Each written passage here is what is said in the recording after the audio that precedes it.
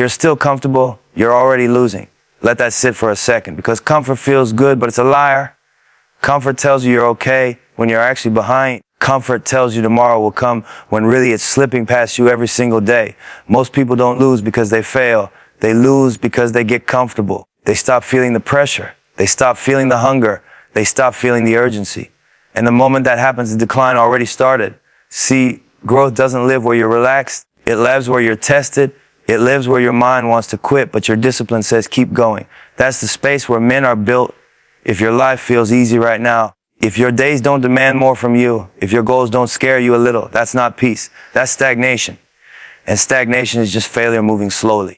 A lot of people confuse comfort with stability. They think because the bills are paid, because the routine is familiar, because nothing's wrong, they're winning. But listen closely, nothing growing feels comfortable. Not your body, not your mind, not your bank account, not your character. Everything that levels up goes through pressure first. Diamonds don't form in comfort. They form under weight, and men are no different. The moment you choose comfort over challenge, you choose the version of yourself that never fully arrives. That's why average feels safe. That's why mediocrity feels familiar. That's why most people defend their comfort like it's their identity. Because comfort doesn't ask you to change. It doesn't ask you to confront your weaknesses. It doesn't ask you to grow into someone unfamiliar. But comfort will cost you everything you could have become. Look around. How many people you know who talk about the same goals they had 5 years ago? Same dreams, same excuses, same position. Not because life attacked them, but because comfort lulled them to sleep. They found a routine that didn't hurt, a job that didn't stretch them, a circle that didn't challenge them, a lifestyle that didn't demand discipline. And slowly, without realizing it, they traded potential for predictability. That's the real danger. Comfort doesn't destroy you overnight. It erodes you quietly. You don't wake up one day and say, I failed. You wake up one day and realize you never moved. That's why hunger matters. Not desperation. Hunger keeps you sharp. Hunger keeps you learning. Hunger keeps you aware that where you are is not where you're supposed to stay. The moment you lose that hunger, you start accepting less than you deserve. You accept weak habits. You accept weak relationships. You accept weak standards, and weak standards produce weak outcomes. See, discipline isn't about being extreme. It's about refusing to let comfort make decisions for you. It's choosing the harder option when the easier one is right there. It's doing the work when nobody's watching. It's staying locked in when distractions are loud. Comfort says, rest, finish. Comfort says, you can do it tomorrow. Discipline says, handle it now. Comfort says, this is good enough. Discipline says, you're not done yet. And every time you choose discipline over comfort, you gain respect for yourself. That self-respect compounds. That's how men become solid. A lot of people want success, but they don't want the discomfort that comes with it. They want the results without the sacrifice. They want the reputation without the routine. They want the reward without the repetition. That's not how life works. Life doesn't respond to what you want. It responds to what you do consistently. And consistency doesn't come from comfort. It comes from commitment. Ask yourself this honestly. When was the last time you did something hard on purpose? Not because you had to, not because someone forced you, but because you knew it would make you stronger. If the answer feels distant, that's your signal. Because comfort makes you forget what you're capable of. It makes you underestimate yourself. It makes you play small. It makes you negotiate with your potential. And potential negotiated with always loses. The world doesn't reward comfort. It rewards competence. And competence is built through repetition under pressure. That's why the gym changes people. That's why entrepreneurship changes people. That's why discipline changes people. Not because it's easy, but because it forces you to meet yourself. To see where you're weak. To see where you make excuses. To see where you quit early. And every time you don't quit, something inside you hardens in a good way. You become reliable. You become dangerous in the best sense. You become someone who can be trusted with responsibility. Comfort never builds that. Comfort creates soft edges. And soft edges don't survive hard times.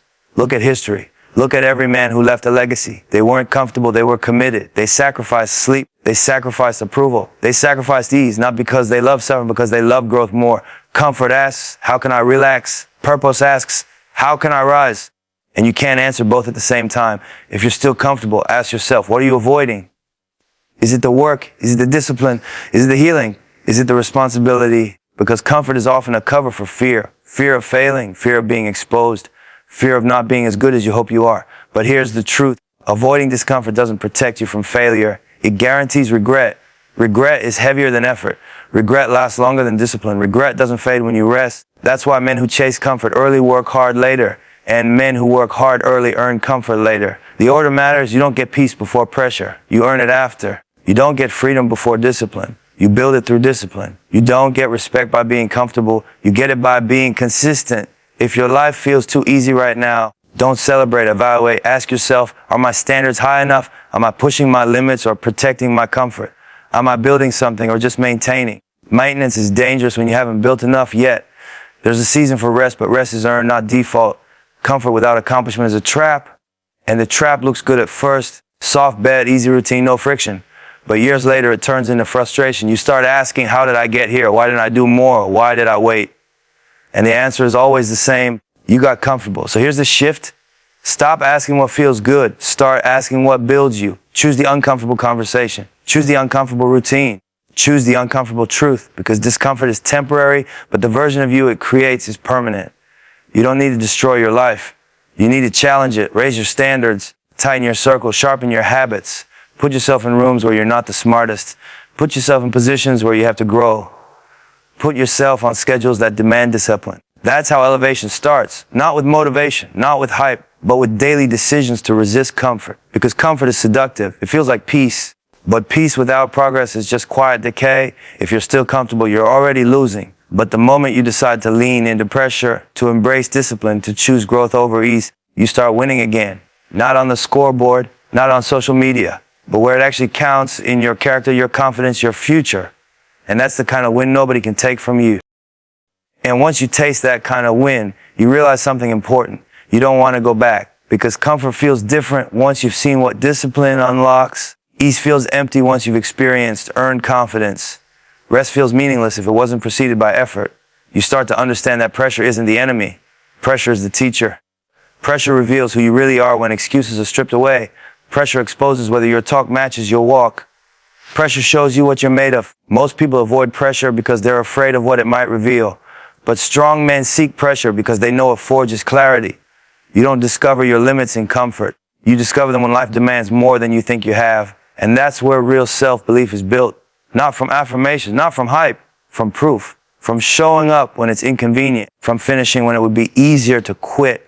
From choosing discipline when nobody would blame you for being lazy. That's how you build an unshakable identity. Because once you've done hard things on purpose, fear loses its grip on you. You stop panicking when things get difficult. You stop folding under pressure. You stop needing reassurance from the outside. You've already been tested. Comfort creates fragile confidence. Discipline creates durable confidence. One disappears the moment things get hard. The other grows stronger because things get hard. And life will get hard. That's guaranteed. So the real question is not whether challenges are coming. The question is whether you're preparing for them or avoiding them. Because the storm doesn't care how comfortable you were before it arrived.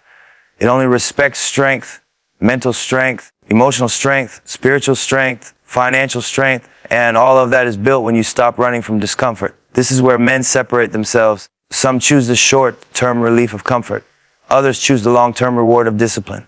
One path feels good today and painful tomorrow. The other feels painful today and powerful tomorrow. You choose your timeline. Every time you delay the work, you delay the life. Every time you negotiate with comfort, you weaken your future. Every time you say later, you teach yourself that your word doesn't matter. But every time you act anyway, you reinforce something inside you. You tell yourself, I can be trusted. I don't fold. I do what I say. That internal trust becomes your foundation. And once that foundation is solid, everything else stacks easier. Money flows better because your habits are sharper. Relationships improve because your standards are higher. Opportunities increase because your energy is different. People feel discipline on you. They feel seriousness on you. They feel intention on you. You don't have to announce it. It shows in how you move, in how you speak, in how you carry yourself, in what you tolerate and what you don't. Comfort makes you negotiable. Discipline makes you respected. And respect always opens doors. This is why the grind matters, not for applause, not for validation, but for alignment. Alignment between who you say you are and how you live. There's no confidence like knowing you're doing the work. There's no peace like knowing you're not lying to yourself. There's no power like knowing you're building something real. If you want a life that feels earned, stop chasing comfort. Start chasing mastery. Master your mornings. Master your habits. Master your emotions. Master your focus. Comfort wants distraction. Master demands presence. Comfort wants escape. Master requires engagement. Comfort wants the path with the least resistance. Mastery chooses the path with the most growth. And here's the part nobody tells you. Once you commit to discomfort, life starts respecting you. Not immediately, not dramatically, but subtly. You start getting sharper ideas.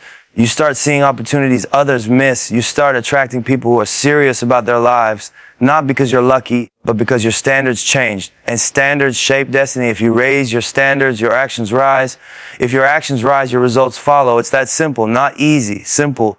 So don't wait for life to force you into discomfort. Choose it. Choose the workout when you're tired. Choose the work when you're bored. Choose the silence when distractions are loud. Choose the long term when the short term is tempting. Because comfort is always available, but greatness is selective. And it only opens the door for those willing to endure pressure without quitting. If you're still comfortable, you're already losing. But the moment you decide to lean forward instead of laying back, to sharpen instead of soften, to build instead of settle, you step into a different category. A category where excuses don't lie, where discipline leads, where comfort no longer controls you. And from that place, there's no ceiling, only levels.